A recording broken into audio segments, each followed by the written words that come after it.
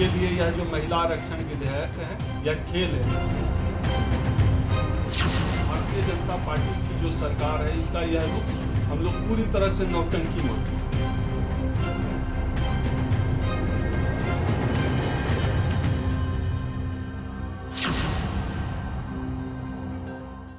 मोदी सरकार जो महिला आरक्षण बिल लेकर आई है, यह बिल हमारी नज़र में, हमारे संगठन की नज़र में, इस देश के दलितों, पिछड़ों, आदिवासियों की नज़र में यह बिल सवर्ण महिला विधेयक है, सवर्ण महिला आरक्षण विधेयक है। इसको हम लोग महिला आरक्षण विधेयक नहीं मानते हैं, क्योंकि भारतीय समाज की जो संरचना है वह संरचना जो है जाति आधारित है। इस भारतीय समाज में आज भी सवर्ण समाज जो है वो रूल करता है हर जगह, चाहे सत्ता में हो, संसाधन में हो, हर जगह इस देश में खास जाति की, खास जिससे मैं कहता हूँ सवर्ण जातियों की जो है, जनरल कास्ट की जो है, वो उनका डोमिनेशन है हर जगह। तो हम लोग चाहते हैं यह जो बिल है, अगर इसमें सिर्फ यह जो है आरक्षण, महिला आरक्षण विधेयक होता है, इसमें सिर्फ सवर्ण महिलाओं की भागीदारी होगी, क्योंकि वह सामाजिक रूप से, राजनीतिक रूप से, आर्थिक रूप से उनको जो है वो पिछड़े नहीं हैं, उनको भागीदारी मिली हुई है, वो ज़्यादा आगे आ सकते हैं, उनको अवसर मिले हुए हैं, उनके पास संसाधन है, उनके पास पैसा है।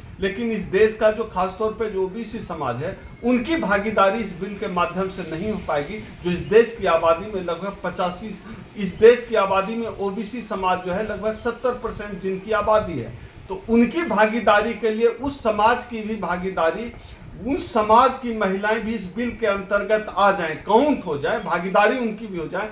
उसके लिए जरूरी है कि कोटे के अंदर कोटा हो। कोटे के अंदर कोटा का मतलब होता है कि सिर्फ सवर्ण महिलाएं जो है इस आरक्षण का लाभ सिर्फ सवर्ण महिलाओं को न मिले, बल्कि ओबीसी महिलाओं को खास तौर पर मिले, जिनकी आबादी इस देश में सबसे ज्यादा है। इसलिए हम लोग इस बिल का विरोध करते हैं। हमारा मानना है कि महिला आरक्षण बिल नहीं, बल्कि यह सवर्ण महिला आरक्षण बिल है, और हम लोग इसके खिलाफ हैं जब तक कोटे के अंदर कोटा ना आ जाए। आज पार्लियामेंट में सोनिया गांधी जी ने यही बात कही है कि कोटे के अंदर कोटा आना चाहिए, और हमारे संगठन की भी यही मांग है कि सभी की भागीदारी हो, इसलिए कोटे के अंदर कोटा होना चाहिए। सवर्ण महिला आरक्षण बिल की जगह इस देश में आरक्षण तभी यह लागू समझा जाए या किया जाए जिसमें कोटे के अंदर कोटा हो और सभी जातियों की, खासतौर पे ओबीसी समाज की भागीदारी हो। कोटे के अंदर कोटा का यही मतलब।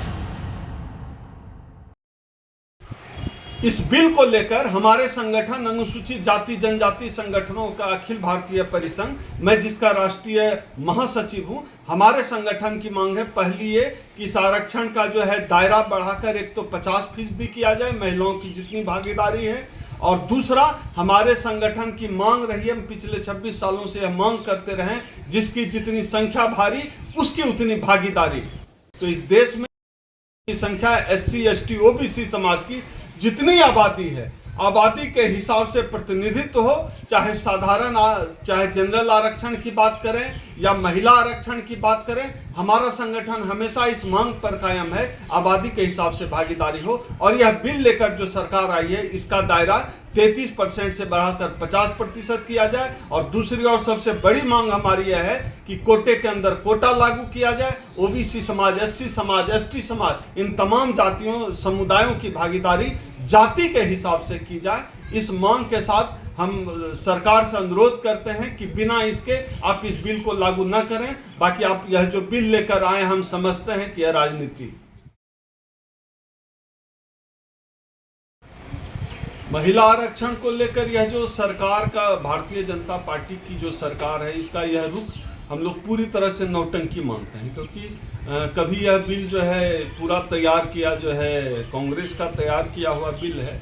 मोदी जी अपना तो कुछ करते नहीं है महिलाओं की भागीदारी को लेकर। ये कितना ईमानदार हैं उससे इसी बात का पता चलता है कि वो एक तो 33% रखा है, उसको 50% क्यों नहीं किया। दूसरी बात, जब यह बिल जो है कांग्रेस की सरकार में, जब यह बिल संसद में पेश हुआ था, उसमें भाजपा की सांसद थी उमा भारती जी। उमा भारती जी ने उस समय मांग रखी थी इसके अंदर जो है कोटा दिया जाए, तो उस समय तो विरोध में थी भारतीय जनता पार्टी इस बिल की, और कोटे की मांग कर रही थी। और मुझे लगता है कि सरकार की नीयत में ही खोट है। 2014 में जब नरेंद्र मोदी की लहर थी लोकसभा चुनाव में, फिर 19 में, तो दोनों बार जो है इनका उत्तरोत्तर जो है महिलाओं का जो वोट है वो बढ़ा था भारतीय जनता पार्टी के पक्ष में। लेकिन हाल के दिनों में इनका ग्राफ गिरा है। तो मुझे लगता है कि यह पूरी तरह ईमानदार तो है नहीं, और यह बिल अभी लागू होना भी नहीं है। यह बस महिला वोटरों को अपनी तरफ खींचने का एक चोचलेबाजी है, और यह बिल फिर हवा में ही लटका रह जाएगा। और इनकी ईमानदारी तो दिख ही गई, 33% ही रहने दिया। आबादी के हिसाब से दीजिए महाराज, इस देश की महिलाओं की यही मांग है और हमारे संगठन की मांग है। तो मुझे व्यक्तिगत तौर पर और एक संगठन के तौर पर मुझे लगता है कि यह सरकार की नौटंकी है। सरकार की नीयत साफ नहीं है। नीयत साफ होती तो कोटे के अंदर कोटा लाते, और इस सरकार की नीयत साफ होती तो 33% ही नहीं रहने देते बल्कि बढ़ाते।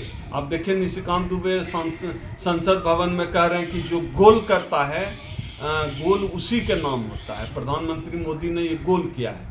इनके लिए यह जो महिला आरक्षण विधेयक है यह खेल है, लेकिन महिला आरक्षण विधेयक जो है जब कोटे के साथ आएगा, इस देश की आधी आबादी की तकदीर बदलने वाला बिल है। तो ये गंभीर नहीं है, इनके लिए हास परिहास का विषय है। तो यह सिर्फ राजनीतिक स्टंट है। जहां तक ये महिला आरक्षण बिल की टाइमिंग का सवाल है, आप देखिए कितनी जबरदस्त टाइमिंग है। इस सरकार की पूरी तैयारी है कि लोकसभा को बंद कर दिया जाए, चुनावों की ओर लौटा जाए। चूंकि जनता में जो है आक्रोश इस सरकार को लेकर जो है बढ़ता जा रहा है। सरकार को लेकर जिस उम्मीद से सरकार ने दो बार जनता ने इस सरकार को चुना, मोदी जी की सरकार को, यह सरकार इनकी उम्मीदों पर खड़ा नहीं उतर पाई। और दूसरी तरफ लगातार हम देखते हैं कि इंडिया गठबंधन की जिस तरह बैठकें हो रही है, जिस तरह उनकी एकजुटता आ रही है, विपक्ष की एकता देखने के मिल रही है। देखिए अभी मुंबई में जब इंडिया गठबंधन का जब बैठक हुई, उसके बाद मोदी सरकार ने तुरंत ही जो है गैस सिलेंडर के दाम 200 रुपये कम कर दिए गए। तो ये घबराहट में आ गई है सरकार। इनको लगता था कि चुनाव के समय सिर्फ जो है राम मंदिर का उद्घाटन करके चुनाव जीत जाएंगे, लेकिन जनता में जिस तरह आक्रोश बढ़ा है, इनको लगता है कि सिर्फ मंदिर से काम नहीं चलेगा। तो इसलिए ये अभी चुनाव में जल्दी आ जाना चाहते हैं, इससे पहले कि जनता आक्रोशित हो जाए। तो यह जो महिला आरक्षण बिल की टाइमिंग है बड़ा दिलचस्प है कि अब चुनाव के मुहाने पर देश खड़ा है, लोकसभा चुनाव के मुहाने पर, और सरकार महिला आरक्षण बिल लेकर आ गई।